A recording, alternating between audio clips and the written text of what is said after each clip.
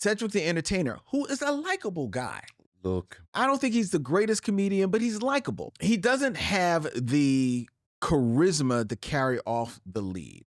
And he doesn't have the singular talent to hold a full film together. Mm-hmm. He neither is a great physical comedian. Mm-hmm. He neither is a verbal linguist. Mm-hmm. He doesn't have much edge Mm-hmm. to him Yep. at all. Yep. He is the blackest piece of white bread you are ever going to see as far as a comedian goes. Young Junk! Welcome to the Micheaux Mission, 2 men, 1 podcast, every black film ever made. My name is Vincent Williams, and I'm joined as always by my partner. Hey, holler at your boy. This is Len, a.k.a. the Bat Tribble. And folks, we are still in May, the month that we like to call Mother May I Have Another One of those bad black movies. And tonight, we certainly have a dozy. I mean, a doozy. No, you meant dozy. Bit of a Freudian slip. 2007's The Cleaner, directed by, I'm sorry, code name The Cleaner, directed by return visitor to May, Les Mayfield, and starring Cedric the Entertainer, Lucy Liu, Nicole Sheridan, and a bevy of other folks. Nicolette Sheridan, to be precise. Sure. Give her props. Why not? The choice of Lynn Webb. But before we get into codename, The Cleaner, how you doing, Lynn? How are things? Things are doing well, Vincent. Oh, that's good to hear. Things are doing well. 3 blueberry pancakes later, I'm here on the show. Oh, you really living life on the edge watching this movie and then eating some pancakes. You got to stay with me on this one, Lynn. I'm here. Over there dozing off. I'm here. All right. I'm here. This is going to be this. I had me some grits and some sausages, some red beans and rice. Now, I did have grits this weekend. Oh, for God's sake. I did. Okay. I had, actually it was on Friday. I had grits, spinach, and some shrimp. Okay. With a little bit of some salt and pepper. Mm-hmm. It was delicious. I mean, she can't go wrong with shrimp and grits. Delicious. I got it from a coworker of mine, Alyssa. Okay. She actually gave this recipe on the most recent episode of Black History Year because we're talking about black food and black food traditions. Sure. So it's really dope.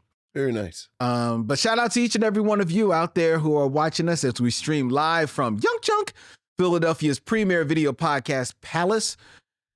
To all of you out there on YouTube, out there in the chat, hello, missionaries. Good evening, one and all.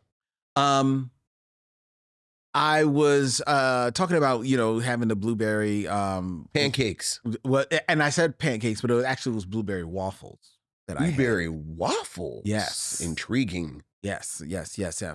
Well, I bought a new waffle maker, and I'm now trying to perfect, to get it to the waffle to exactly how I want it. Ooh, this is quite domestic. Well, I tend to be a little bit domestic when it comes to cooking. I like cooking. So you got a new waffle iron. I got a new waffle iron. Very nice. And I'm trying to figure it out. And I'm almost there. Sure. The blueberry waffles were pretty good. Okay. My partner enjoyed them. She asked for more. Ask for more. Always a sign that someone likes something. It sounded like she liked it. They're into that kind of thing. Like some people have a whole month where they ask for more. Then come to find out something they don't actually like. So I'm assuming she didn't say, "Mother, may I have some more of those blueberry pancakes?" No, she did not. All right. She did not. All right. She did not do that, Vincent. But yeah, so that was my weekend. Okay. How was your weekend? Weekend was fine. It's funny you said that. I'm realizing I don't even remember what I did this weekend. Which is nice. That means it's nice and quiet. It was nice and quiet, right? So I'm look, we're going to get to the show. Yes. All right, Okay, I'm going to get you there. But a question. Yes. A nice, quiet weekend. Yes. Okay. What, you don't remember what happened this weekend. Right. But ideally for you, what is a nice, quiet weekend? Maybe go out, downtown for a little while. Downtown. Downtown Philadelphia. Go downtown for like dinner or just shopping? Dinner, just usually a lunch, during the day. Hang out a little bit, walk around, love the city. Okay. Some reading. But not while you're out. Not while I'm out. So you will come home and then read. Maybe a little reading, little bit of television. All right. Movie, nothing that exciting. All right, cool. Maybe have a cocktail at some point. You and your cocktail. Do you have a cocktail every weekend? I mean, Saturday and Sunday? Right. I like my mixed drinks. You do. Take my bourbon and mix it with a glass.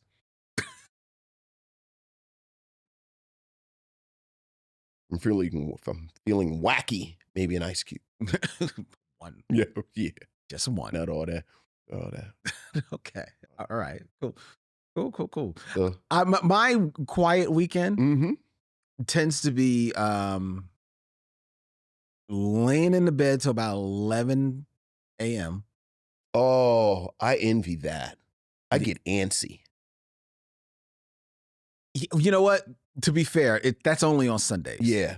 Saturdays is usually up a little bit earlier, but Sundays I try to stay in that bed. Right. And then get up, then go out, maybe run around to a couple of stores. Same with you. Yeah.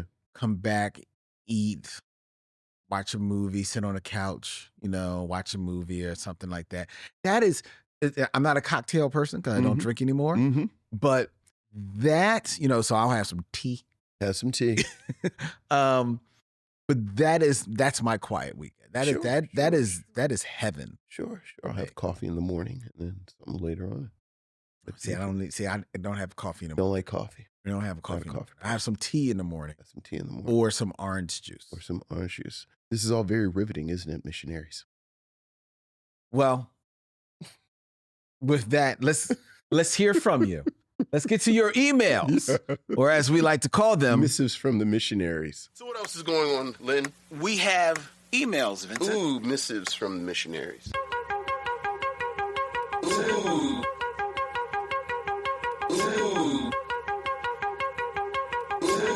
Missives from the missionaries.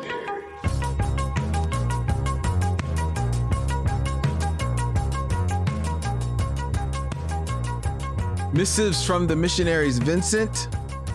We have an update email. Okay, all right. Update. What's getting updated? From white missionary Jason Flatt. Okay, we have a report from the field. In regards to Breakfronts. Okay, because I'm not going to call anybody out, but Dylan has been useless. Dylan has not told us about the whites with Breakfronts or China or anything. He's just sat over there. Leave Dylan out of this. Dylan's a kid. Sitting over here, I'm like, well, shit, is he like Mary from the Sinners? Maybe Dylan's an octoroon. Maybe Dylan is not an octoroon. How come Dylan isn't participating? But please tell us. Don't let the hip hop fool you. Dylan is not an octoroon. Right. Not at all. Please tell us. Because he listened to Jay Dilla. Give me the update. I mean, that's the whitest thing of all, though, listening to Jay Dilla. Go ahead. Jason Flatt says, in regards to updating us about breakfronts, yes, which is what apparently white people call the furniture as well. Cross-cultural term. Jason adds, yes, there's china in the cabinets. It's not old country crystal glasses or anything as traditionally fancy, but it's still only used at Passover. Oh, interesting. Jason is also Jewish, or they just celebrate Passover. I don't want to take things for granted. Maybe Thanksgiving sometimes, but I think that's moved on to disposable. So, okay. So They moved on to paper plates for Thanksgiving. Sure. But for Passover, China. It is still China. The good China. Thank you, Jason. Gets broken out of the breakfront. Broken out of the breakfront. Yes. Okay. Thank you, Jason. Thank you, Jason. Do we have any other questions that we want to pose to Jason? Not that I as can. Out there in the wild white missionary. I think this is fantastic. I think we can work with this for a while. Okay. All right. But it's good to know Jason is a resource. Yes. And we'll be looking for more reports if they come to you, Jason. If we have questions. Yes. All right. Thank you, Jason. It's good to know. Thank you, Jason. That. Good looking out. All right.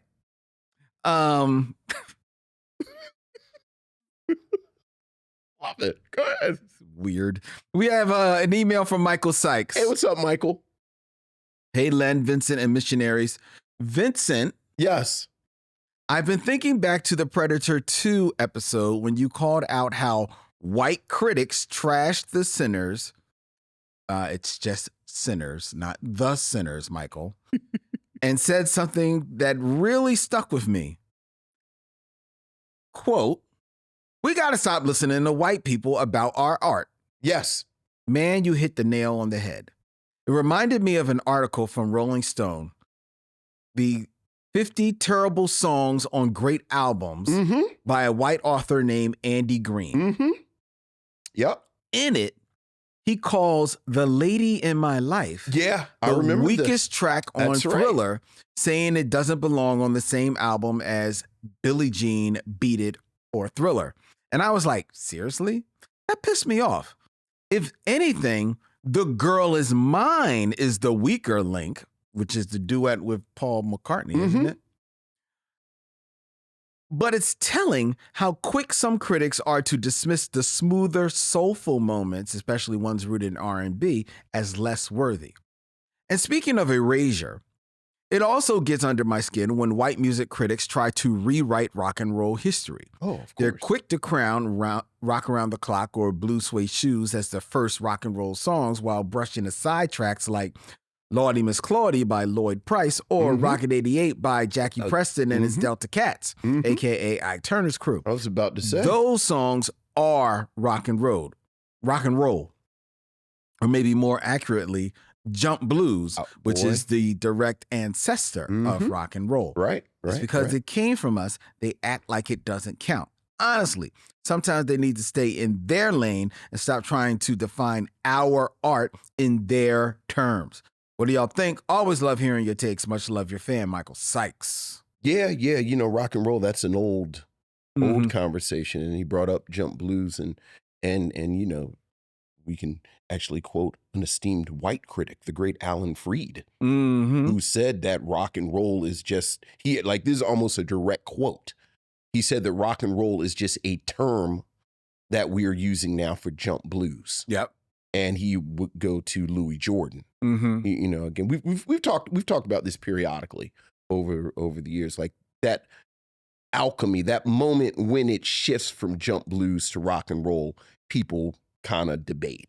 And you know, he named a couple, like I always go to Ike Turner and Lil Richard. Even before I get to Chuck Berry, but you know, even that, but I think he's right. But what I'm more interested in to spice things up, you know, my my burning hot take about Thriller, about the weakest song on Thriller. You know, my burning hot take. I think the weakest song on Thriller is Beat It.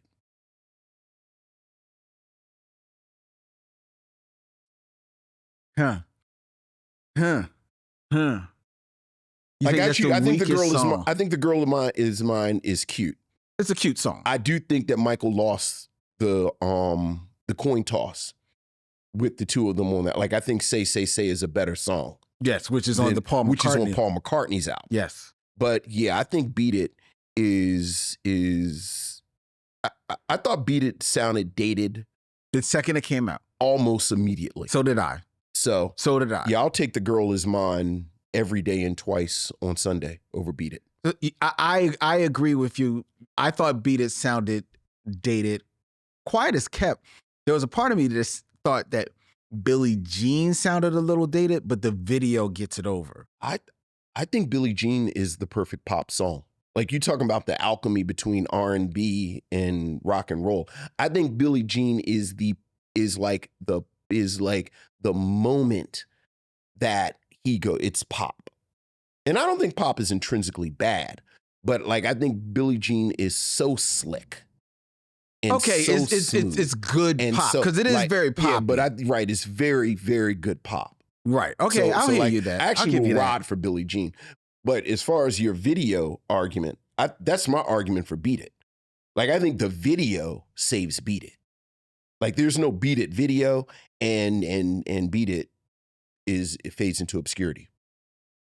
Interesting. Like I think there's a reason that he did Billie Jean on Motown 25 instead of Beat It. Well, I mean, Billie Jean is the one that has had the legs. Well, and why Billie Jean is the one that is iconic. But I think Billie Jean has the legs because of the video, because of the dance. Yeah. And the image. I mean, the Billie Jean imaging is his logo. But I think the Beat It video is more iconic than the Billie Jean video.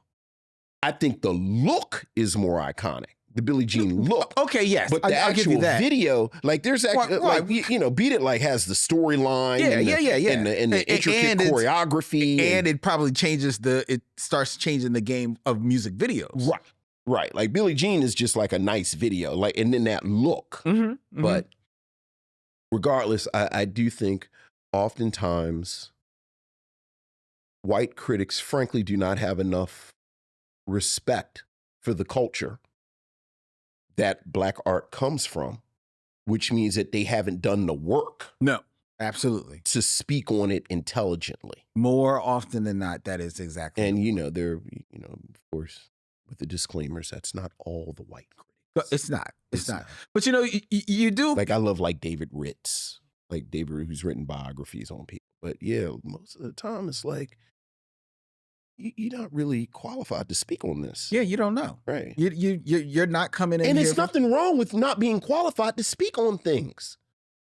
And owning up to that. Right. Like I have opinions on punk rock, but I'd never say them out loud. Because like I don't really know enough to really. Or you'll be smart enough to say your opinion, but also note. Or like, like I was joking with you. This is my joke all the time. Like everybody, like you ain't Moses. Mm-hmm. Like I like the Ramones. I would never say the Ramones are the greatest punk rock group of all time. And like, hey, I don't know enough about punk to really be speaking on it like that. I like the Ramones. I do, but that's it. That's it. And I wish more critics would, and Rolling Stone has always been the biggest offender. Wow. Like Moses came down to the Rolling Stone office and said, well, these the 50 greatest guitarists right here. It's like, yeah. Yeah, well, I mean, but, that was the clickbait of the time. Yeah, but that's it's one of my triggers. Got a lot of triggers. I got a lot of them. Got a lot of them. You're a man with a lot of triggers. Hey, look, I didn't eat any waffles before I came in, so I'm right on edge. A little hangry. So I see. All right. Let's see. We have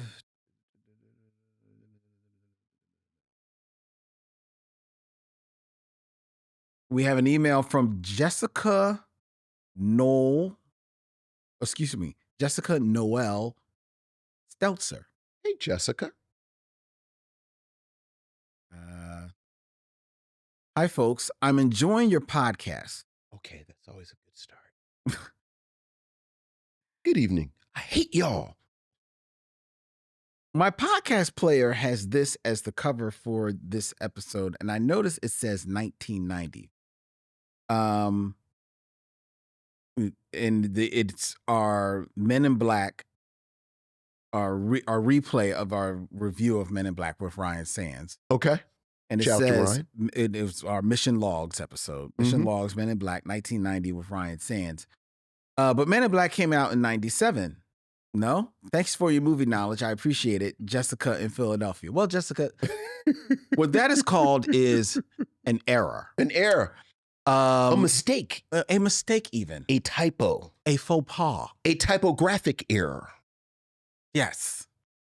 It's called fat thumbs. I was typing out the date and I hit 1990 instead of 1997 and was in a rush and did not check it. Right. So what you have captured is a faux pas. Sure. And for that, in the grand tradition of Marvel Comics, you will receive a no prize. You're receiving no prize, which is no prize at all. Right. But thank you. Thank We you. appreciate you. And you need to be careful with that type of thing, because looking at those type of little errors, that's how you figure out you're in the Matrix. And now what?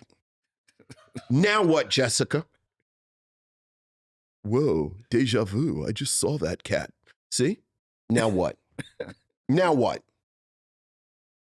All right, we got one more email. This is from Michael Lockett. Hey, what's up, Michael? Greetings, my brothers and my fellow missionaries that sat down in the Epsom salt for last week's Mother May I just in time to get my ass beat by radio. When this came out when I was young, I didn't have the life experience to see how effed up this portrayal of this real person and this time period. Films like this and Driving Miss Daisy, I have to laugh at to keep from throwing my hard candy dish through my TV screen. Was this film and its teeth prosthetic the beginning of the downward slide of Cuba? I had so much hope for his career coming off of Jerry Maguire. Thank the Lord, my time travels dropped me with you two as you dug into Why Do Fools Fall in Love? I really, really like this movie. I had only seen this prior on bits and pieces on broadcast TV. Outside of Love Jones, this may be one of my favorite roles for Lorenz Tate.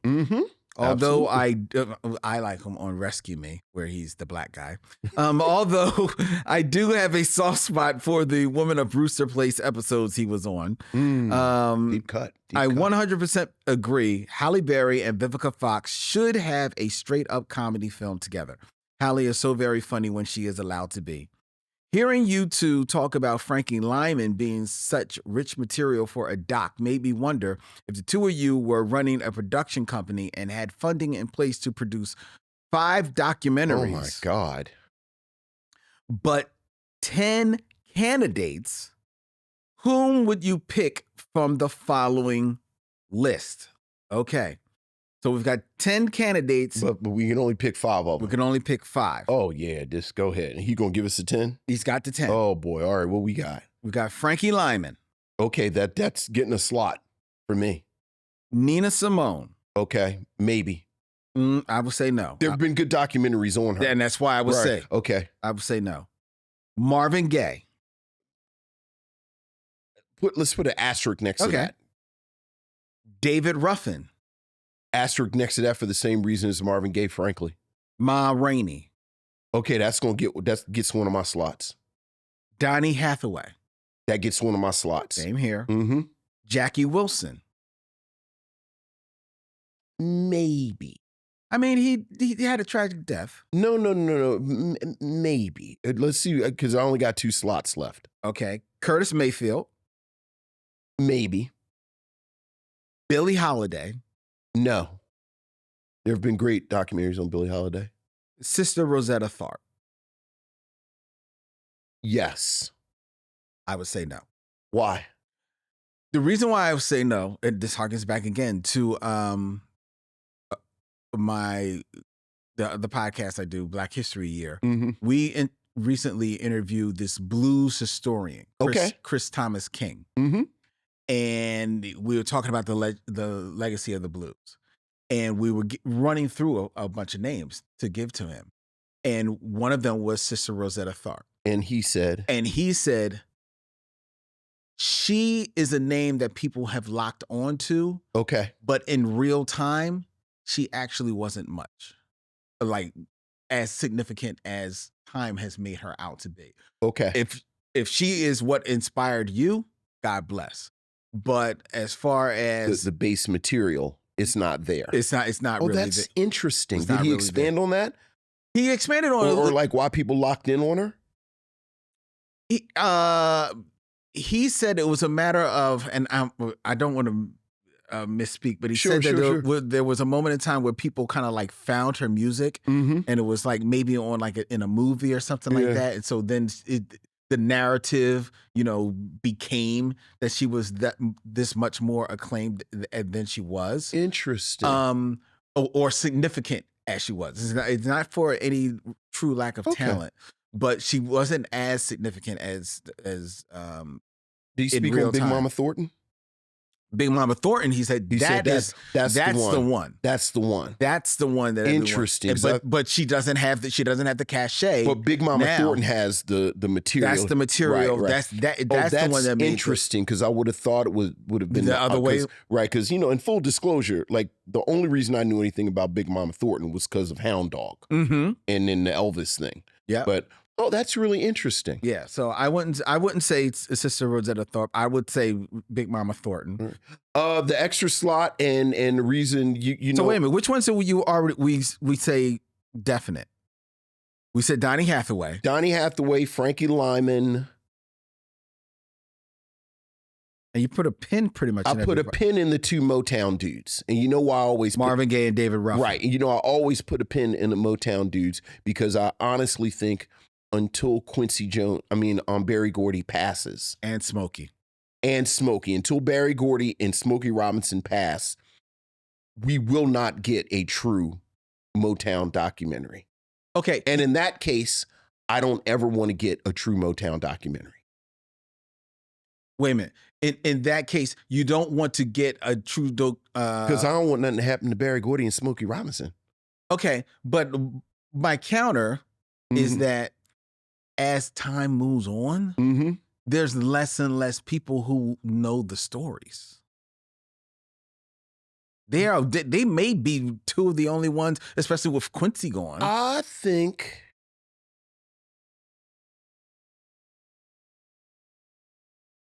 there is probably enough documentation. First of all,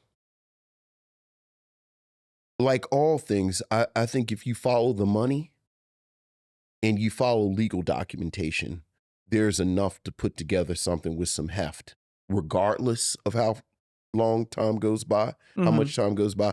And I do think that Berry Gordy, Smokey Robinson, and people who are interested in upholding their interests. Otis.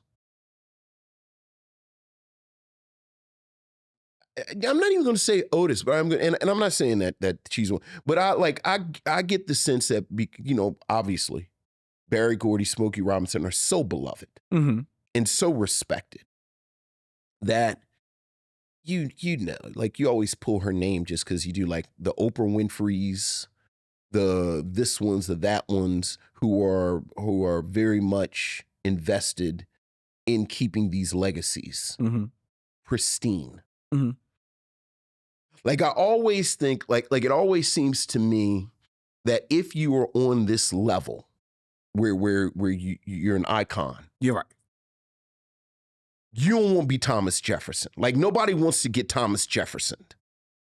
Right. Where like you've been Thomas Jefferson, and then 30 years ago we started talking about Sally Hemings, and now you can't say anything about Thomas Jefferson without Sally Hemings coming up. Yeah. And nobody wants to be Thomas Jefferson. Right. And I suspect the nature of power, the nature of music companies, the nature of business, that an unfiltered story of Motown will not shine a good light on Berry Gordy, on Smokey Robinson, on whoever. And I base that just on standing in the shadows of I forget the exact name, but the Funk Brothers documentary. The Funk Brothers documentary. Right. Which there should be a documentary about the making of that documentary. How about like all the hoops and everything that people had to jump through, and threat is a very evocative word, but when you hear about the story, it's like, wow, that sounds like a threat. Yeah. So with that extra slot, I'll throw that to Jackie Wilson. Okay. My fifth slot, I'll throw to Jackie Wilson. Okay. Me, I think I'm pretty much or with you on a lot of these, but I think I'm definitely throwing one to Donny Hathaway. Mm-hmm. And I think I'm throwing one to David Ruffin as well. And while I hear your argument about the Motown thing, I think like Donny Hathaway, not as much as tragic in a way as Donny Hathaway, but I think David Ruffin, Donny Hathaway, and to a degree Jackie Wilson are historic voices that are being lost.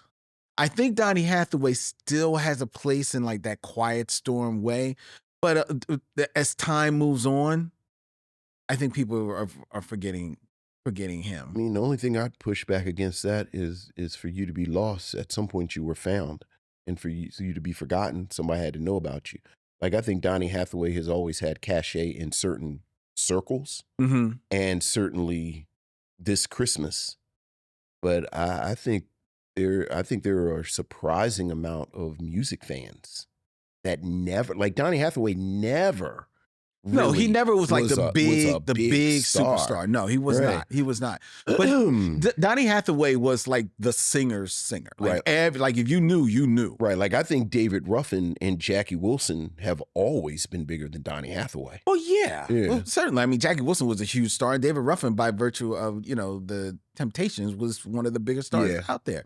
But even still, I think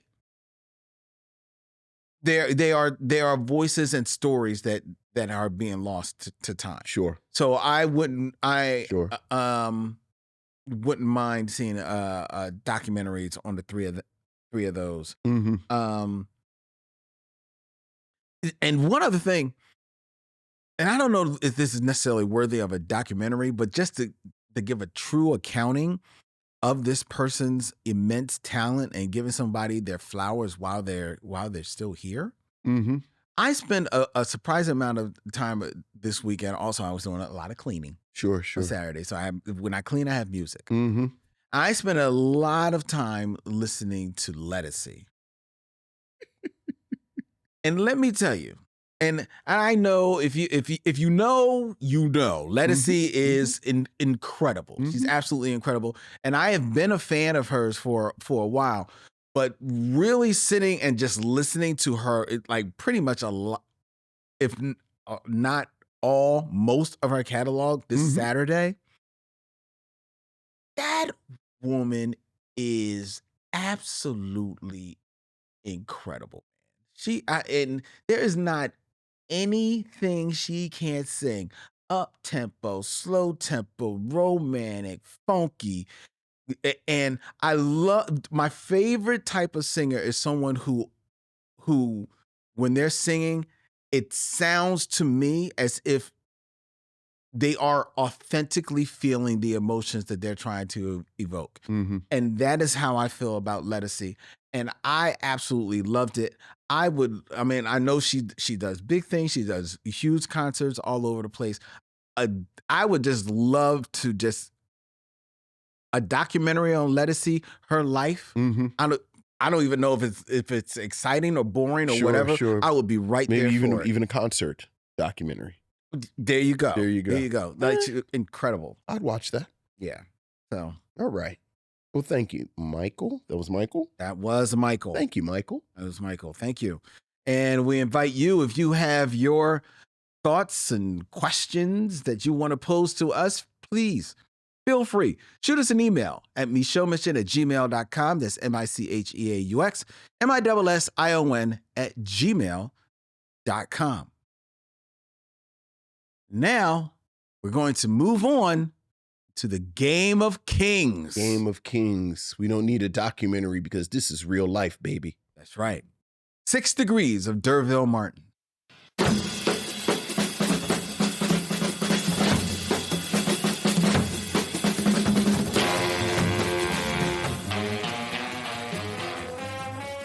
6 Degrees of D'Urville Martin, where I give Vincent 2 actors and he has 6 films or less to connect them to D'Urville Martin. D'Urville Martin. He's the man. Another person who would be a great subject of a documentary. He would. He would actually. He like, would. all jokes aside, that'd probably be a good documentary. He would. Narrated by Wesley Snipes. Yeah. Yes. Of course. Yeah. Oh, yeah. All right, Vincent, keeping in theme.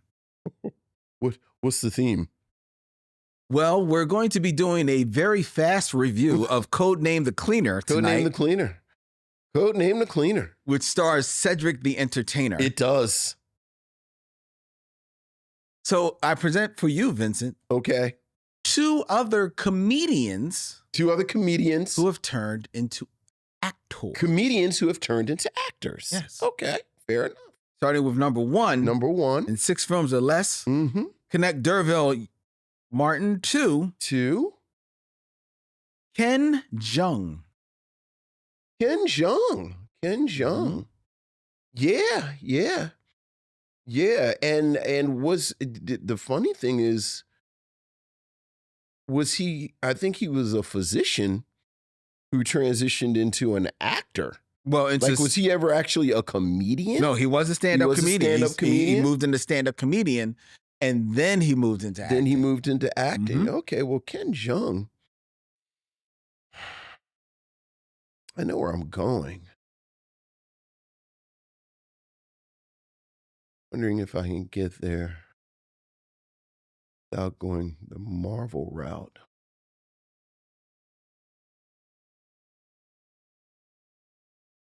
Oh, you can get to him without Marvel. I don't know what movie you're trying to land on. Okay. This is going to be a itty bitty bit of a cheat because one of the connective tissues was in the movies, but I don't know if it was. I don't know. I don't know if Steven Seagal was in one of the IP men.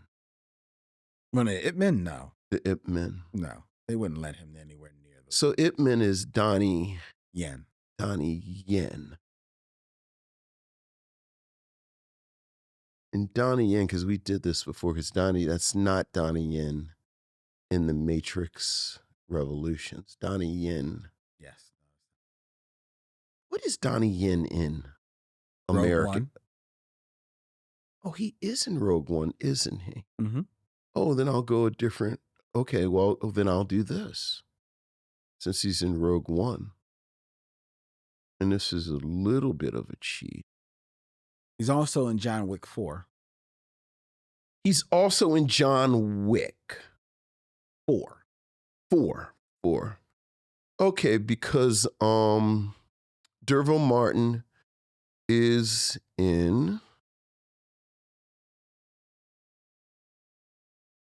I'll use Rogue One. And it is a little bit of a cheat, but I think it's fair. Is in D'Urville Martin is in the final come down with Billy D. Williams. Billy D. Williams is, of course, in The Empire Strikes Back with James Earl Jones. James Earl Jones, technically, is in Rogue One with Donnie Yen. Donnie Yen, how many is that? So what am I? 3. 3. Okay, so Donnie Yen is in Ip Man. I believe it's 4. Okay, well, but he's in all of them. No. But Mike Tyson's only in one of them. Oh, okay. So which one is right? Mike Tyson is he in 3 or 4? Let's see. I'm trying to avoid just going Bradley Cooper as Rocket Raccoon, but if I have to, I can. Yeah, that's the thing. You didn't. I don't. And I figured that's where you're trying to go, but you don't have to go there. Yeah. Let's see. What films are Michael? I thought Mike Tyson was in Ip Man 3 or 4. Filmography, and he is in Ip Man 3. Okay, so he's in Ip Man 3 with Mike Tyson, who is, of course, in The Hangover with Ken Jeong. There you go. You got there. Mm-hmm. I knew you could do it. Yeah. Again, we've talked about, it's at the point now where everybody is 1 degree of separation from Avengers Endgame. Well, that's true. So Yeah, if we take Marvel off the right. different story. All right. So who's next? All right. Very good, Vincent. Now, next, number 2. Number 2. In 6 films or less, Mm-hmm. connect D'Urville Martin to Awkwafina. Awkwafina. Speaking of somebody that you can get through the Marvel mush if you have to. But you don't have to. Oh, and I'm not going to. It's funny because you said Ken Jeong, who I'm pretty sure is in this, but Awkwafina definitely is, because I was so scandalized a few months ago, trying not to be racist and not trying to name all these Asians who may or may not have been in Crazy Rich Asians. But I know for a fact Awkwafina was in Crazy Rich Asians because she was actually she was the real source of controversy, because that's when she stopped using her black scent a little bit. So she is in Crazy Rich Asians with your favorite and mine, Michelle Yeoh. Mm-hmm. And Michelle Yeoh is, of course, in Everything Everywhere All at Once with Jamie Lee Curtis. Yes. Who is in my favorite Eddie Murphy movie, Trading Places, with the aforementioned Eddie Murphy, who is, of course, in Boomerang with Leonard Jackson, who, as we all know, plays the patriarch in Five on the Black Hand Side with our beloved D'Urville Martin. Well done, Vincent. There you go. Well done. You did it in reverse. Look at you. Oh yeah, I reverse-rated it. Sometimes I reverse-rate it. Yeah, and you did. I keep it fresh. You did. I keep it fresh. Well done. That's right. All right. It's just that simple. Yeah, oh yeah. All right. Yeah, well, I guess there's nothing else to do, but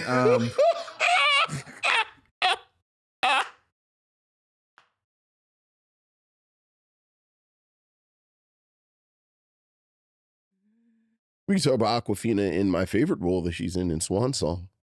Remember, she's in Swan Song. Yes, she is in Swan Song. Mahershala Ali. Yeah, and she's good.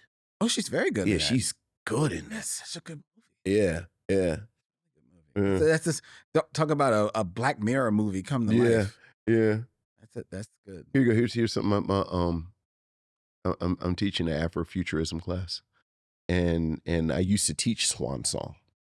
Really? Yeah, but I was like, this is just dark and bleak, and I traded it out with They Clone Tyrone, which I thought. But even that, I had a little sister. Actually, she didn't yell at me, but she was like, "Are we gonna have something that's Black joy?" Like, we were reading Octavia Butler and all this stuff, and she was like, "Can we have some?" Like, she actually made me feel bad. So I was showing Moon Girl and Devil Dinosaur all this week. Wow, that's where you had to go for the Black joy. It's not where I had to go, but it's like, did you watch the Moon Girl and Devil Dinosaur? I watched a couple episodes. Right, so you know, it's fun. It's just fun, and it's bubble gummy, and Yeah, no, it's we're great. in the midst of this hellscape. Like, I showed Black Museum, and the whole class was just like, come on, man. I mean, I would be too. Vincent, what are you teaching? A horror class? I know. God, man. And Black joy is revolutionary. So we did some. So I was showing. But I thought I was doing something because I showed Swan Song a couple of years ago, and it was just terrible. And I was like, well, I can't show Swan Song anymore. I'll show They Clone Tyrone. But then even They Clone Tyrone is, come on, man. I know. Oh my goodness. But Awkwafina is great in Swan Song. No, she is. And she's actually a very talented actress. I like her in Shang-Chi. I like her in Shang-Chi. Yeah. I liked her even though she's just having fun in Hotel Referee of Black Mirror, that episode. She sure is having fun in there. Yeah. So I like her. Yeah. She's the best part of that episode. No disrespect to Issa Rae. Yeah. Yeah. Well, the actress that plays the old-timey actress, she's good too. She's good. Yeah. She's good. I mean, I think she may be the best part. All right. And thank you. That was well played as a distraction. No, it is. Someone wrote in last week. No, we gonna do it. I mean, since we got a second, might as well get this out. You haven't watched it, but I watched Forever. Oh yes, and it was excellent. Okay, so what is I forget what it is. The reimagining of the Judy Blume YA novel from the late 70s about this high school couple that falls in love, and it is their love story, but it is reimagined. It's almost an entirely black cast, all black leads. Lovie Simone, who we talked about, has been a favorite of ours, for years, and I've admired her work since Greenleaf, where like she was on Greenleaf, and I was always like, I think she's supposed to be on Queen Sugar, like, and I like Greenleaf was like pulpy, soapy fun, it was soap opera, but it's like Lovie Simone was on. I was like, this little sister is acting. I think she's supposed to be on Queen Sugar. She's on the wrong show. And then we've watched her, but she's very good. You know what? Because I'm talking about her, but the little brother who plays opposite her is just as good as she is very good, which means that you just. Well, and the show's on Netflix, right? It's on Netflix. All Michael Cooper Jr. plays so Lovie Simone plays Keisha, he plays Justin. They're the young couple that are in love, and they are excellent. Okay. Excellent. Karen Pittman plays Justin's mom. Our beloved Wood Harris plays his dad. Nice. Yosha, and if I mispronounce it, it's just because it's Xosha Rockmore plays Keisha's mother. Excellent all around. So there you go. All right, you do that too. We'll end on that. And it's just 8 episodes, right? 8 episodes. Are they half an hour? An hour? They are an hour. Okay. It is one of the best depictions of young people that I've ever seen. Where it's they mean well, but they're frustrating. But they're wonderful. Like if you've ever had a teenager, if you've ever been around a teenager that you love, you know the feelings you have, and it is beautiful. All right, it's beautifully shot. Beautifully, Mara Brocca Keel. Oh, Chef's Kiss. Was renewed for season 2. Nice. That's what we want to hear. There is a sliver of me, and we were talking about watching Fleabag and chewing gum, and these like very limited. Like there was a sliver of me that was like, I almost wish we just had these 8 episodes, because it's like these perfect little 8 episodes. But I trust Mara Brocca Keel. I trust this team. I'm looking forward to season 2. Watch Forever, which we strongly recommend. I'm going to speak for Lynn because I know Lynn's taste. We strongly recommend Forever. And this is the end of our strong recommendations for the evening. Strong recommendation. Exactly. So 2 thumbs up and black power fist. Anything else you want to recommend? No. Let's just get it over with. Right. Let's just take the pill. All right. It is now time for us to review Codename The Cleaner.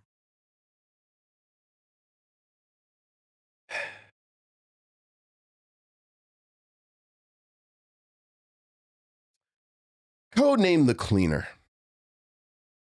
When Jake, played by Cedric the Entertainer, awakens one morning in a strange hotel room, he finds himself in a bit of a predicament. There's a corpse in his bed and a briefcase full of cash. Not only that, but he cannot remember who he is or how he got there. And from these circumstances arise the 2007 American comedy directed by Les Mayfield and written by Robert Adatuyi and George Gallo. Starring Cedric the Entertainer, Lucy Liu, Nicolette Sheridan, with appearances by other actors such as D. Ray Davis and Niecy Nash. And Mark Damascus. And Mark Dacascos. Yes, Damascus. Yeah, he's also in it. Are you sure it's an M? I think it's Dacascus. Oh, is it? I think it's Dacascus. That's an interesting. Oh, you're right. That's an interesting choice for you to stick. Like, did his performance stand out for you, Lynn? Nice. He's the other guy I knew. Okay, well, this was a choice of Lynn Webb. Lynn, tell us about Mark Dacascus and Company. Well, Mark Dacascus and Company in Codename the Cleaner. Very good. Just to get this out of the way, Mark Dacascus, and I believe I'm pronouncing his name correctly. Sure. Is better known as the from the Iron Chef, because he's that's who he is. Yes. Yes, he's from the Iron Chef. He introduces the Iron Chef. Well, that solved the little mystery. I was like, why do I love this guy so much? Well, here's the thing. He hosts the Iron Chef. Like, he's the one that introduces it, right. Welcome to the kitchen stadium and all this other stuff. But he did have a bit of a run in the, I guess, like in the 90s. Okay. As like a B picture action. Right. Star, yeah. Right. Starring in some films. And you can see it on display in Codename the Cleaner, because they make sure to give him a couple of fighting scenes. Yeah, oh yeah. Because he is a very talented martial artist. Sure. Right? Who actually at one time had like I said, he had like a bit of a role, like straight to video things, and he was doing stuff. So it was cool to see him, and he's the bad guy in this. And then he had a nice little run on the reboot of Hawaii Five-0, where he was like the main villain on that show, Wo Fat. Okay. Who would show up, like, I think he was on the show like the entire run of the series. Did you watch the reboot of Hawaii Five-0? No, but I have done my research.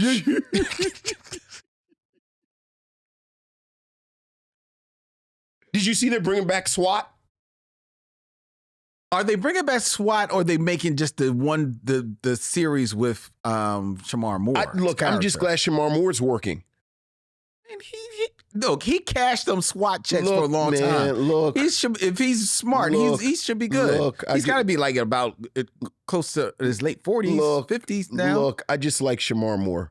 You do? I do. I don't necessarily like it. I like Shamar Moore. He seems like a nice guy. He seems like a nice guy. That's my point. Like, yeah. I don't wish ill of him. Right. Not only do I not wish ill, I wish good things for him. And that's actually perfect. Like, I'm never going to watch SWAT. Never have. Apparently, lots of people are watching it. Like, this is something that it's a good thing that doesn't need me to be involved. I know, because it was actually canceled once and then brought back. Right. And now it's been... Right. Like, I love that. Like, I don't have to do nothing, but I want good things for you. You think they're going to bring back The Equalizer with Queen Latifah? I hope they bring back Latifah Lazar. I don't know. Doesn't look like it, though. Yeah. I hope so, too. I hope so, too, because I actually like Queen Latifah. I love... Now, that's somebody I wish nothing but good things and blessings on. Right. Queen Latifah. I think we should probably talk about this movie, though. I think we've avoided it. Come on. This is your joint. Come on. All right. Mm-hmm. So, Codename the Cleaner. Yeah. Uh-huh. Thank you for giving the synopsis of the film. So therefore, I don't have to belabor the plot. It's a regular Maltese Falcon on here. You got to keep up. Don't blink. Oh man! Oh my God! Now this movie is, as Vincent said, it's all about, Cedric the Entertainer. He's got amnesia. He doesn't know whether or not he's a CIA officer. Doesn't know whether or not he's a colonel of special forces.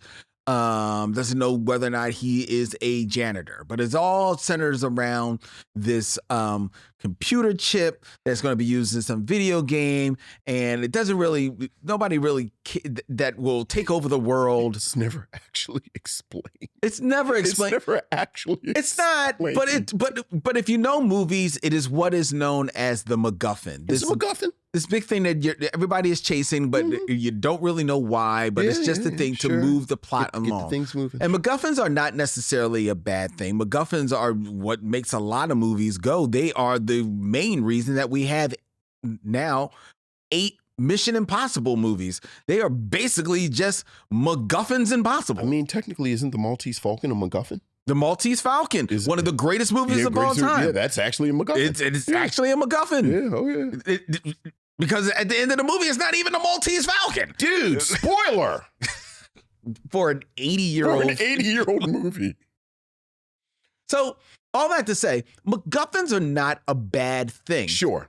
When they are, and they don't even, like you said, don't have to make sense. No. There are plenty of films, such as the Mission Impossible films that I brought up, where the MacGuffins make no sense, but you don't care. You don't care. Because the trappings of everything are so intriguing, whether or not they be the actors that you enjoy, the scenery, the direction, the characters are at least well drawn, so you're just drawn into their stories. Yes. None of that is on display in Codename the Cleaner. Goodness. Because in Codename the Cleaner, you have Cedric the Entertainer in a film that I feel, and Vincent, I can read your mind that you're going to agree with me. This is a film that Cedric the Entertainer is in solely because they could not afford Martin Lawrence.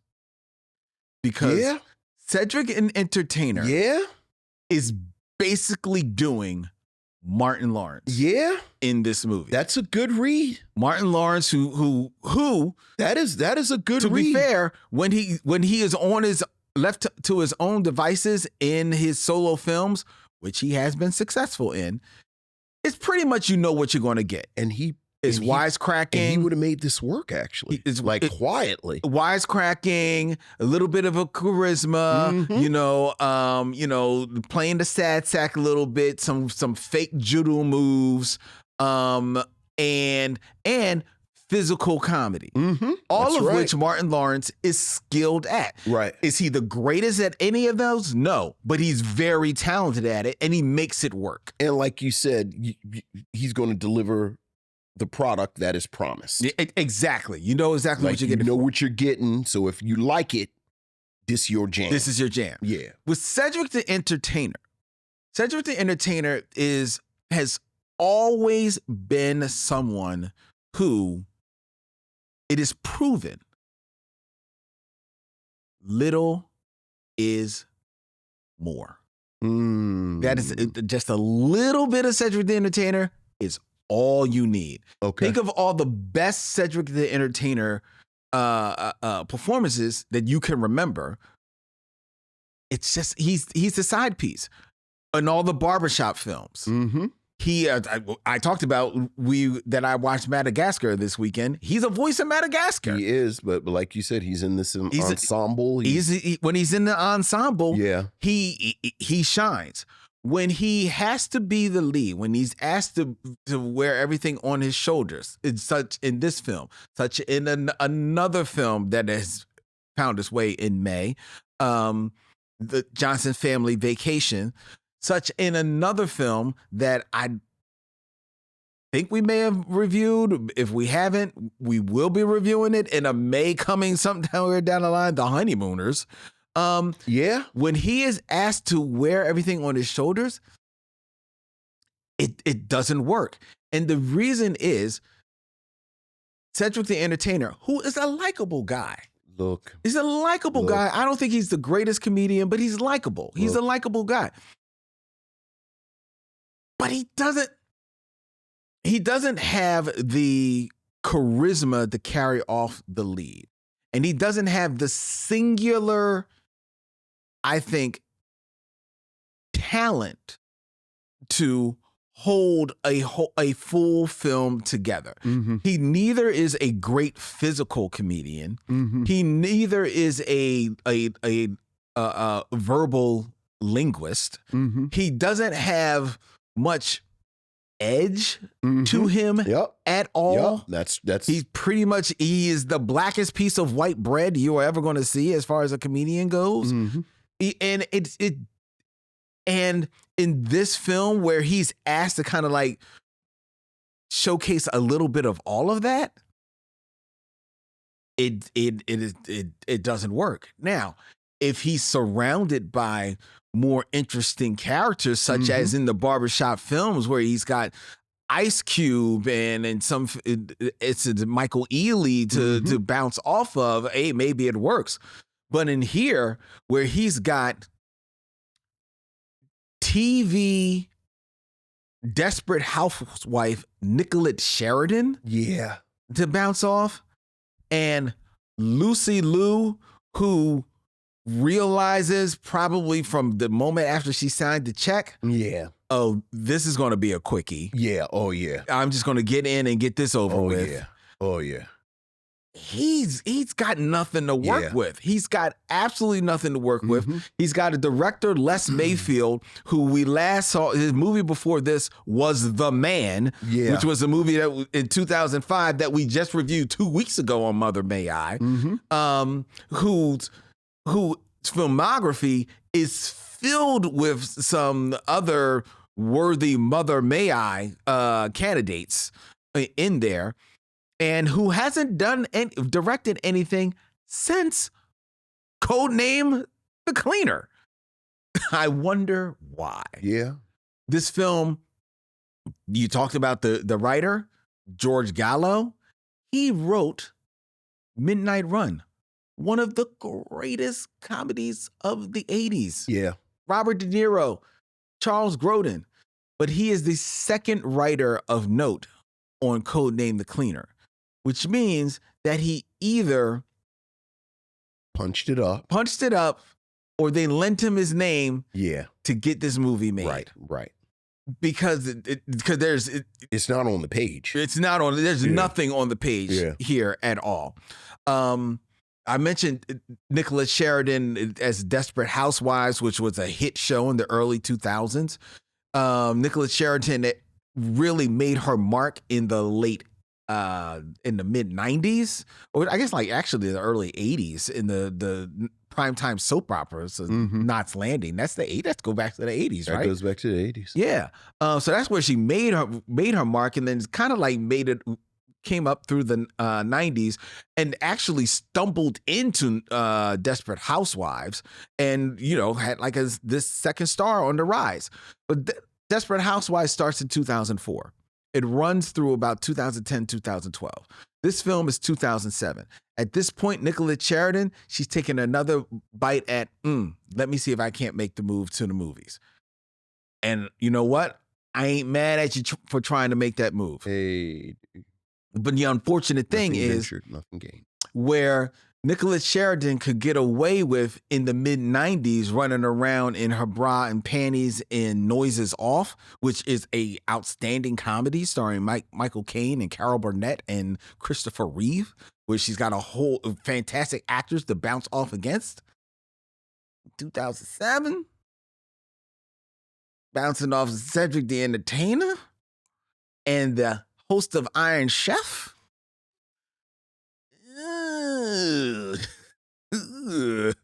It's not a good look. It's not a good look.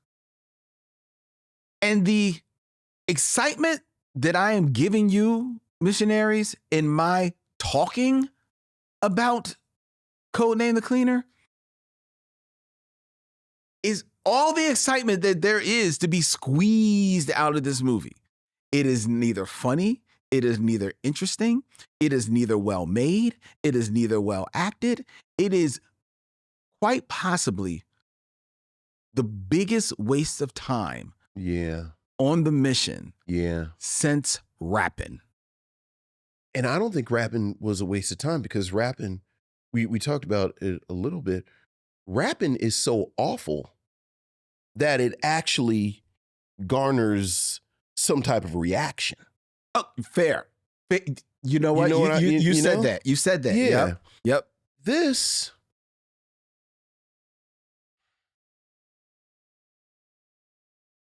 I agree with everything you just said. Everything. I think Cedric the Entertainer, for my money, has always been more likable and charming than he was funny. And when you think about the big breakout moment that many of us were introduced to him as one of the kings of comedy. The original kings of comedy. Yep. That's what made him stand out. Mm-hmm. Steve Harvey, D.L. Hughley, Bernie Mac all had a real sharp edge. Like all three of them seemed like dudes that, like they had something going on in their heads and they had this edge about them. And it's a lot of comedians like that. Cedric the Entertainer seemed like a nice guy.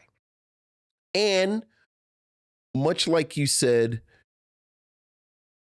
when he is working against someone where you get those different textures, like I don't recall liking the Johnson Family Vacation that much, but I feel like the parts that popped at all were the moments where he and Steve Harvey were together, because you got that contrast. And certainly the Steve Harvey show, I thought he worked as this foil. Yes. For Steve Harvey's more gruff figure. I always thought that I would have always wanted to see him work with another king. Like I thought he and Bernie Mac may have done something interesting together, because again, you get those wonderful contrasts. But as you said, Cedric on his own has never held my attention. And you're talking about him not as the lead, but appropriately enough, because we were just talking about SWAT. Apparently he does all right, because there have been 8 seasons of The Neighborhood, which while certainly you would never take away from Tachina Arnold and her contributions. I think, and not even I think, it's objectively true, this is a good speed. I think he's a sitcom guy. Yeah. And not only a sitcom guy, but, all sort of stereotypical renderings aside, he's a CBS sitcom guy. Yes. Like he seems like somebody who is very comfortable in a comfortable setting. Mm-hmm. Like you look like, I've joked before, like I've seen maybe in my life 6 episodes of The Neighborhood. And 4 of them I watched in a hotel. We were somewhere and it was raining. And they had a marathon, and I looked up. It was a marathon of The Neighborhood. And I had watched 4 episodes of The Neighborhood. I was like, how did I watch 4 episodes of The Neighborhood? It was like a bowl of potato chips. I was like, how did I eat half the bowl of potato? Like, I don't even remember doing it.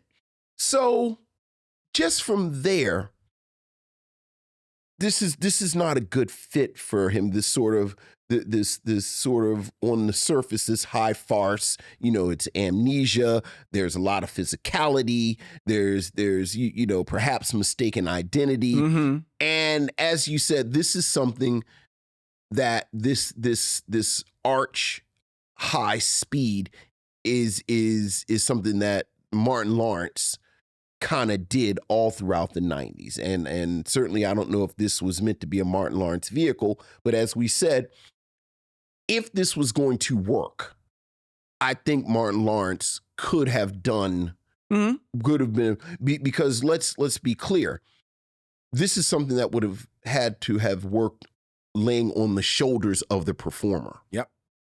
Because this script is, if I did not know that this was made in 2007, I would have thought this was a lazy AI-generated script. We use the provocative word like amnesia, and there are hints of perhaps there's a mistaken identity. Yeah.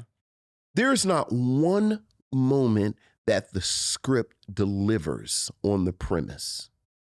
By the time this film ends, there is absolutely no reason that this character had amnesia. Nope. It would not have changed the film at all if he didn't have amnesia. Nope.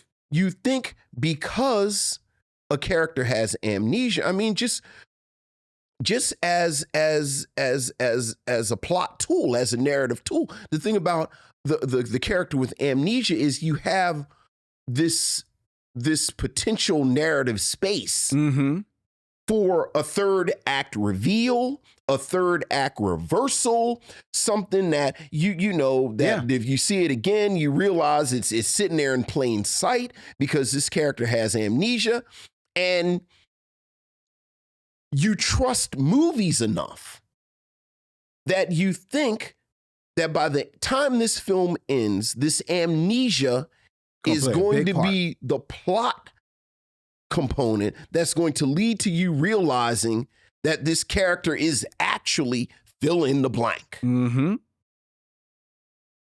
Nope. As you mentioned, Lucy Liu, who, you know, Lucy Liu isn't Angela Bassett, but Lucy Liu does solid work. She does. She has always. As a comedic action hero, this is a good speeder. It's funny, in the outtakes, at one point, Niecy Nash says, "Aren't you the girl from Charlie's Angels?" Yes. Which, as we've always talked about on here, Niecy Nash has committed the cardinal sin of referencing a film that is better than the film that you're in. Right. Like you it's in outtakes. Like you, right. It is an outtake, but you know, it's an outtake because this was one of her moments where she's riffing. But do not remind me of Lucy Liu in Charlie's Angels in this. Wow. Because clearly this is a role that it seems like they maybe wanted that, again, this comedic action energy from Lucy Liu. But like you said, she just sort of wanders through the film. She said, "I'm here." I think Cedric the Entertainer is charming. I think there is a better script where perhaps there's some chemistry between Cedric the Entertainer's character and Lucy Liu's character, but this is not that script. This ain't it. Because I do think he's charming. Like, I think that's the Cedric the Entertainer thing. I think he's likable. Look, charming, likable. I don't think they're necessarily the same. You know, a dude like this, like, you're never surprised that this guy has female attention. Like, it's like, you know, that kind of teddy bear energy. Yeah. It's just not here. There's a moment where you reference him being in The Honeymooners. And I do think one of the Cedric the Entertainer things over the years is that he's been sort of the big guy light on his feet. And, you know, I remember his short-lived variety show, which was actually pretty good. Like, that was his thing. He would dance with the dancers. And you know, speaking of The Honeymooners, on a scale of 1 to Jackie Gleason, you know, it's a 5, maybe, you know, at his best a 6. And they have a moment in this film where he's supposed to dance and, you know, again, this mistaken identity. And it is, the sequence is directed so badly. Yeah, it is. You can't follow the action. You can't. And I was just thinking, okay, you have Cedric the Entertainer in this dance number. Apparently, this is going to be the showcase. Did no one care enough to block this and run it through and you know? No, they just said Cedric. Like I didn't expect Paula Abdul to do the choreography, but I expected more than this. They just said, "Cedric, go up there and be funny. And be funny. Be physical, be big, be physical, be funny." But he doesn't know. He doesn't have it in his bones like that. He doesn't have it in his bones. And as you said, as far as a waste of time, and that's a very strong critique. But I think it's an accurate one. Like, it really was when this hour and a half was over. Again, just sort of telling y'all how the sausage is made. I said maybe we need to pre-watch some of these films in May, because like we're going to say, let's watch a bad film. Like, it should be bad enough to generate some emotion so that we can get in here and joke and say, "Oh, this is horrible." But this is just, it was just sort of there. I know. It was just sort of there. Which, to be fair, is what I expected. I didn't expect it to be this like just I didn't. It's one thing to not laugh. Okay, I'm not finding it funny. Right, not finding it funny. But like you said, there's nothing. I am not moved by anything. If anything, I am distracted by like Lucy Liu. I know you're probably, like you said, solid career. Yeah. Oh, yeah. Why are you here? I understand Nicholas Sheridan being here. I get what she's doing. And Nicholas Sheridan, nobody's ever going to confuse her with Meryl Streep. Sure. So she's doing whatever, right? I understand what she's doing. Mark Dacascos, I understand what he's doing. Sure. Right? Sure. He's a break from the Iron Chef. That only films that for 2 weeks of the year, and then he can do whatever the hell he wants. Yeah. Right? So he's having fun. Mm-hmm. Lucy Liu, she casts a check. Hey, this pays the mortgage for the month. Sure. For the year. Sure. Okay. But nothing is coming together here at all. No. It is just so very boring. And which is why I then am focusing on Cedric the Entertainer doing a poor man's Martin Lawrence on pretty much everything that he does. And I'm feeling for him, especially in this moment, coming out of the interview that broke the internet, Cat Williams on Club Shay Shay, where, among other things, he references Cedric the Entertainer stealing jokes from him. Right. And I couldn't help but be reminded of that watching Cedric the Entertainer basically doing Martin Lawrence shtick. Look, it's just in this film. It's just a bad fit. He's not this kind of comedian. Like, if you can't get Martin Lawrence, you get Tommy Davidson. If you can't get Tommy Davidson, you get another physical. Like, I don't know who charges more, Tommy Davidson or Marlon Wayans, but like, you have to get someone who their physicality is part of their comedic portfolio. This has never been Cedric the Entertainer. I know. You like him. Like, that's a Cedric the Entertainer. We like him. He's not here for all that. So, yeah. There you go. Yeah. Yeah, it's just, I'm never going to apologize to y'all for Mother May I, because y'all asked for it. But if you watch this, I feel like this is time we could have spent. Hell, we could have just put our hand in the hat and pulled out a Tyler Perry movie. We could have. But then we wouldn't be getting out of here before 8:30.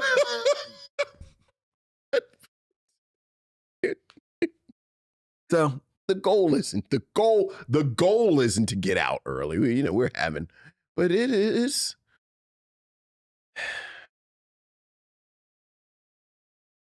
Yeah. Let me ask you a question. Yeah, sure. Hey man, we got time. You talking to shit.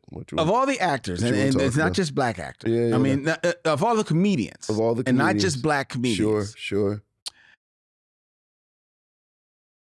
Can you name 3 comedians who you think have made the successful move into acting? And I mean like almost to the point where they're more considered an actor now as opposed to a comedian. Can they be comedic actors? No, I want to think like a comedian. So somebody who actually was a stand-up comedian. And now they're an actor. They're an actor. There's usually humor in his roles. And certainly, so you think about something like Ant-Man. But I think Paul Rudd's done interesting work. Was he a comedian? I mean, I'm sorry. You said comedian, so not a comedic actor. Right. Okay, so comedian, actual.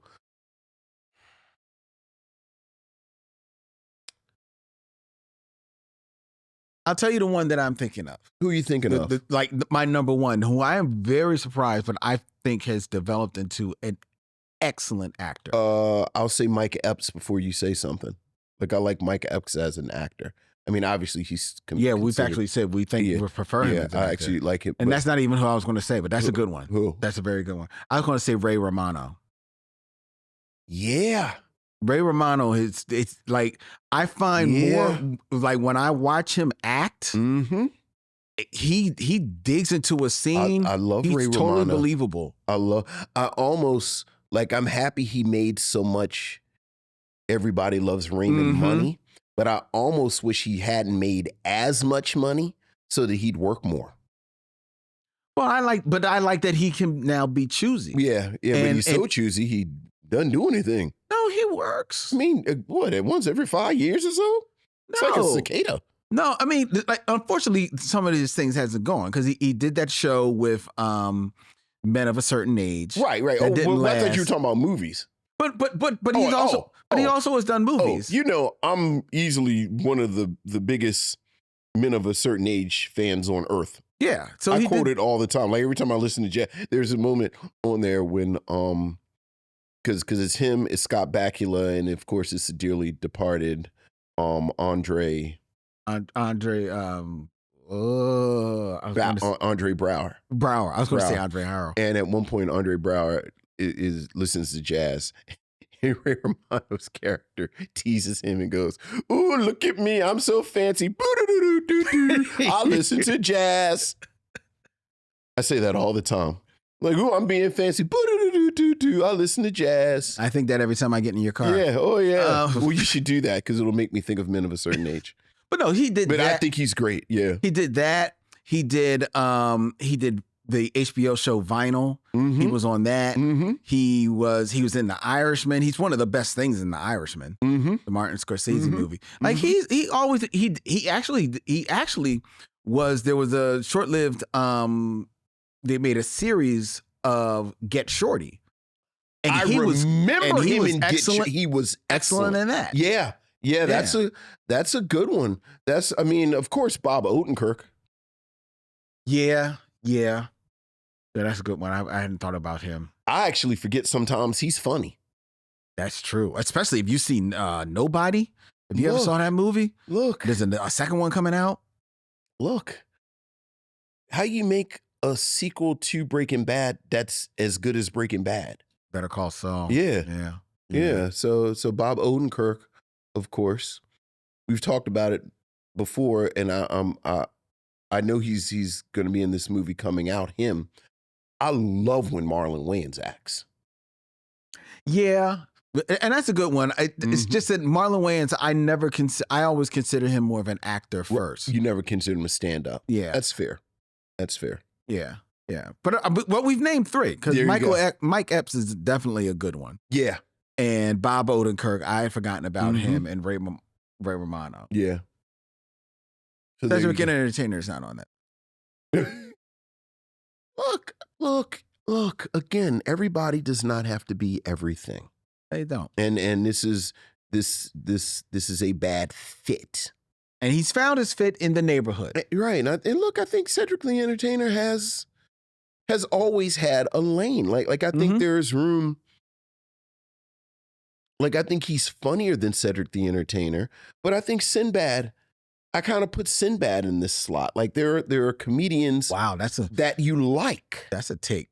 Sinbad is funnier than Cedric? I think he's funnier, but I don't think Sinbad was that funny. Okay. Is that funny? I just like him. Like I like him.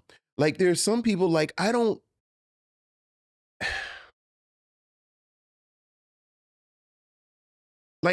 think I like Dave Chappelle. Like, I don't think I would like to go anywhere with him. Like, I wouldn't want to hang out with him. Like the man. Chappelle. Like, oh, Dave is going to be here. It's like, maybe I'll skip it.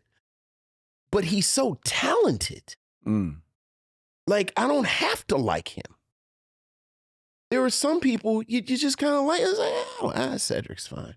Like, I always think about Cedric's part in The Kings of Comedy, where it's like, It's kind of like it's like, oh, yeah, all right. it's what you got to deal with to get to the rest of the show. No, not what I have to deal with. Yeah. It's pleasant. It's okay. It's pleasant. It's pleasant. I like him. I like this guy.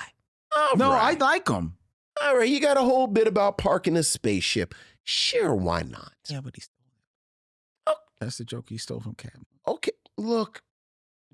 Yes, he did. I mean, The different. you're talking about the. I know. You're quoting the one part that he stole. Right. You know, the difference between I wish and I hope. Like, it was like, all right, fine. All right. You know, grown men shouldn't have nicknames. Like, they're pleasant enough. It's like, What do you mean? Grown men shouldn't have nicknames? remember that was one of his jokes. Like, you shouldn't, like, I'm not going.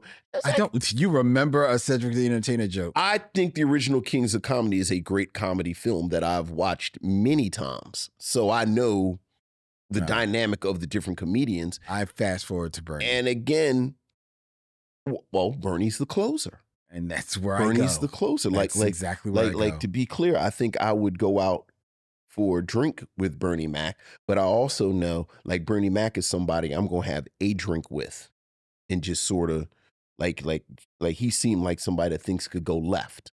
Really? Yeah, like you might say something and he takes it the wrong way, or you have a slip of the tongue, or like you know, somebody like you know, like it's something.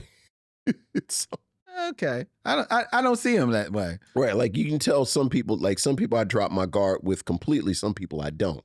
Like it's some I don't people. see him that way. Now D.L. Hughley, I see that way. D.L. Hughley, same way. I see D.L. Hughley that way. D.L. Hughley, same way. Like, this a dude, kind of an interesting dude.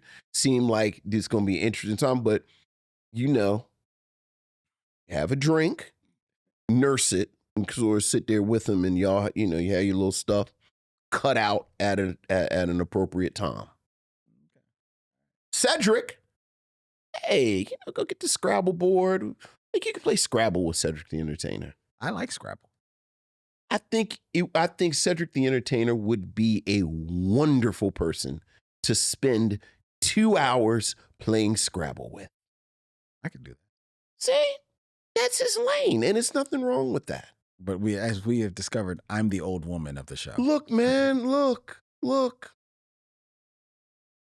right, let's get this over with. All right, here we go. So, I guess the question, of course, hell, I can't even ask you, would you recommend it? Because I know you don't even remember it. Would you recommend Codename the Cleaner? No. Would you recommend it? I mean, no, I wouldn't. Like, even what you just said, where you said no, you had all that energy. How you had all that energy for that no? I've been saving it. Like, no, I wouldn't. It's like, you remember, like, when you got sick, did your mother, like, if your stomach was hurting, did your mother give you, like, saltines? Like saltine crackers? No. You don't remember saltine? She didn't give me saltine. You remember, how often have you had saltine crackers? I don't like saltine crackers. Really? You don't like them? Like, you dislike saltine crackers? Yes. Really? Yes. I don't really eat crackers anymore, but when I did, it were Ritz. Well, of course you like Ritz, but you dislike saltines? I dislike saltine crackers, yes. Yeah, I was going to say Cedric was, this movie's like saltines. Like, I don't dislike them. It's like, they're just sort of there. That's saltines. I don't like saltines. They like, you dislike them? Yeah. No, I don't like them. I like them. I don't even like I'm like you bringing them up. Now I'm tasting them in my mouth. Yeah. Yeah, to be clear, I'm not going to fight you over that because I have no opinion of saltine crackers. They just sort of like, I don't like them. They're just sort of. I even tried to dress them up with like peanut butter. It doesn't work. Wow, it doesn't work. You have spent way more time with saltines than I have. Well, I mean, it was the one time. It only took one time to realize this doesn't work. But you wanted to make sure you had to stress test it. Maybe because I had to eat them. You had to, yeah. Because we had Ritz at my house. Yeah, my mom had Ritz. Sure. Saltines were at my father's mother's house. Right. Where I hated to go. But she made us eat saltines. So do you hate the saltines or did you hate the house? I hated everything about that house. All right. See, now we're getting to the crux of you don't hate saltines. I hate saltines. Yeah, you just hated the house. I hate saltines. Nobody hates saltines. Yes, they do. They're just sort of in that tin. I don't like saltines. Like my stomach hurt. Your mother would give you some, some saltines. When my stomach would hurt, So- what my mom would give me was a cup of tea and some oranges. Are oranges good for? Because I thought they were they'd be acidic. They work for me. Yeah. So I'd have some oranges and a cup of tea, which when my daughter got sick, is what I gave her. So not saltines and ginger ale. No. Saltine and ginger ale. What kind of that's not even hoodoo. It settles the stomach. Ginger ale, yes, Right. but saltines, no. Saltines because it's the No. salt and it. No. Eh. No. Ritz crackers. Again, you got a lot of energy. I'm not arguing with you that Ritz are better than saltines. I'm really just talking about. So why would you eat saltines then? Because you're sick, and So why not eat the Ritz? because Ritz are buttery. They're Ritz too aren't rich. buttery. Ritz aren't buttery. Are you sure you're talking about Townhouses are buttery. God's sake. Townhouses are buttery. Ritzes aren't buttery. What are Ritzes? Ritzes, they're salty. And a little bit more, they're more toasted. What are saltines? Saltines, they taste like plaster. I know there's salt on there, but they It's taste like right plaster. in the name, actually. Yeah, well, I don't like them. They taste like plaster. They taste like something you picked off the wall. I think you don't like your grandmother's. Well, that's true too. And that's just where the saltines were. That's true too. But I don't like them. And in a white box. Now you're angry at the box. Yes. I wouldn't recommend this film either. All right. So All right. there you have it. We won't recommend Codename the Cleaner or Saltines on this show. But next week on the show, Oh, it's going to get hot next week. and before we tell you what we're going to be reviewing next week on the Micheaux Mission, I invite you to send all of your thoughts. Email them to micheauxmission@gmail.com. You can find the Micheaux Mission on the social media of your choice, whether it be Instagram, Facebook, or even on TikTok at Micheaux Mission. The Micheaux Mission is available as a podcast from the podcast catcher of your choice, Apple, Spotify, doesn't matter. And we're always, as you know, available on YouTube at Micheaux Mission, where you can hit the bell, subscribe, and be notified of when we go live every Tuesday night, 7 p.m. from Young Junk, Philadelphia's premier video podcast palace. Hey, they've got all these other studios that you can't see behind the cameras right now here at Young Junk. If you want to book you and your podcast here, then email our good friend Dylan at youngjunk.com. That's DYLAN at youngjunk.com. The Micheaux Mission is also a proud member of The Podglomerate, thepodglomerate.com. They make podcasts work, such as ours, which will be returning next week for the final week of Mother. May I have another one of those bad black movies?